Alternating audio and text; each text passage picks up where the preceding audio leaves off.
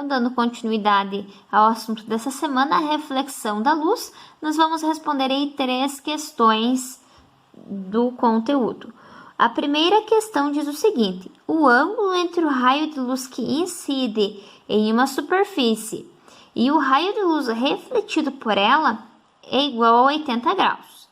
Qual é o ângulo entre o raio incidente e a reta normal? Pessoal, a reta normal está aqui. Então, esquece isso aqui. Eu quero saber qual é o ângulo desse raio incidente. E o exercício traz o seguinte, que o ângulo entre o raio incidente e o raio refletido junto, ele é 80 graus. Pessoal, se ele é 80 graus, vocês sabem que a reta normal, ela é uma divisão, né? Porque o ângulo incidente e o ângulo refletido, eles são exatamente iguais. Então, esqueçam aí esta parte aqui e lembrem-se, é 80 graus. Então, se eu pegar somente a metade disso, eu vou ter então que o ângulo incidente, ele vale 40 graus. Se o ângulo incidente, ele vale 40 graus, o ângulo refletido, ele também vale 40 graus.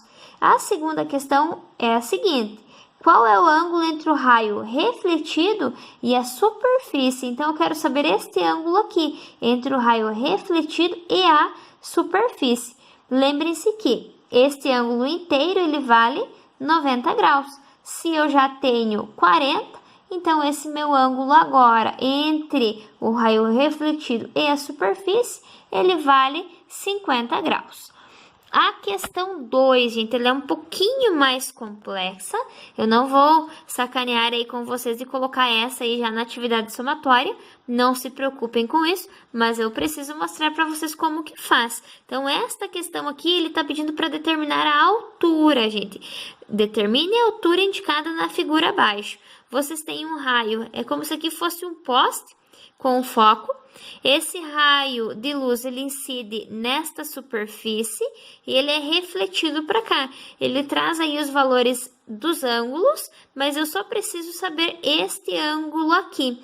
Eu preciso determinar a altura H e eu tenho este valor aqui da base, que ele é de 5 metros. Pessoal, uma questão aí de 9º ano, a gente já resolve essas questões em matemática no 9º ano.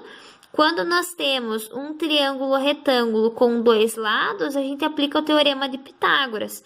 Quando nós temos um triângulo retângulo com apenas um lado sendo informado e um ângulo, a gente aplica aí a parte básica da trigonometria, que talvez vocês já tenham visto aí em matemática no início do ano. Aqui, pessoal, sempre oposto ao ângulo reto, nós vamos ter aí hipotenusa. Então, aqui fica a hipotenusa também, é o lado maior deste triângulo. Em relação ao ângulo, quem está lá do outro lado é o cateto oposto. E quem ajuda a formar o ângulo é o cateto adjacente. Uma vez relacionando esses valores aqui, sabendo quem é cateto adjacente, cateto oposto e hipotenusa, vocês vão verificar o que vocês têm. Vocês estão procurando o cateto oposto e vocês já têm o cateto adjacente. Vocês possuem algumas fórmulas. Se vocês quiserem ver mais sobre, é só procurar trigonometria básica de 9º ano. Vocês vão ver a fórmula do seno, cosseno e a tangente. A tangente é a continha que nós vamos fazer aqui, porque nós temos cateto oposto e cateto adjacente. Procurar na internet ou uma tabelinha em algum livro de qual é o valor da tangente. Esse valor ele pode aparecer em radical ou de forma decimal, tanto faz o qual vocês vão utilizar. Então, a tangente de 60 é igual ao cateto oposto, que eu não tenho, divididos pelo cateto adjacente, que mede 5 metros. Como eu quero isolar o cateto oposto, eu pego a tangente de 60 e multiplico por 5. Se vocês forem ver na internet, a tangente de 60, ela vale raiz de 3. Então, a tangente de 60, ela vale raiz de 3. Então, é só multiplicar esse valor por 5. Por isso que fica 5 raiz de 3. É um exercício que vocês devem olhar aí e tentar interpretar e tentar resolver sozinhos, porque cai bastante em vestibular. E a questão 3, uma questão mais simples, observar a figura e calcular o ângulo de incidência, o ângulo de reflexão e o ângulo formado pelo raio incidente e refletido juntos. Pessoal, vocês têm aqui embaixo este valor que é 25. Lembrem-se sempre que a reta normal e o plano formam um ângulo de 90 graus. Então, esses dois ângulos juntos vão formar 90 graus. Se eu já tenho 25 para 90, falta 65. Achou o ângulo de incidência? Lembre que o ângulo refletido tem exatamente o mesmo valor, 65 e 65. Como eu quero saber o ângulo formado pelos dois juntos, é só somar. E eu vou ter um ângulo aí de 30 graus, 130 graus. Pessoal, os 3 exercícios são esses e vocês precisam fazer agora aqui os 3 exercícios de vocês. Aqui relembra nossas primeiras aulas. A questão 2 relembra as primeiras aulas.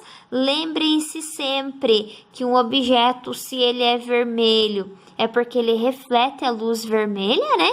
Que um objeto ele é branco porque ele possui todas as cores. Então, um objeto branco ele pode refletir todas as cores. Então, essa é a característica dele. E que se um objeto ele é preto, é porque ele absorve ali todas as cores. Refaçam as aulas anteriores se for necessário, fazendo a leitura.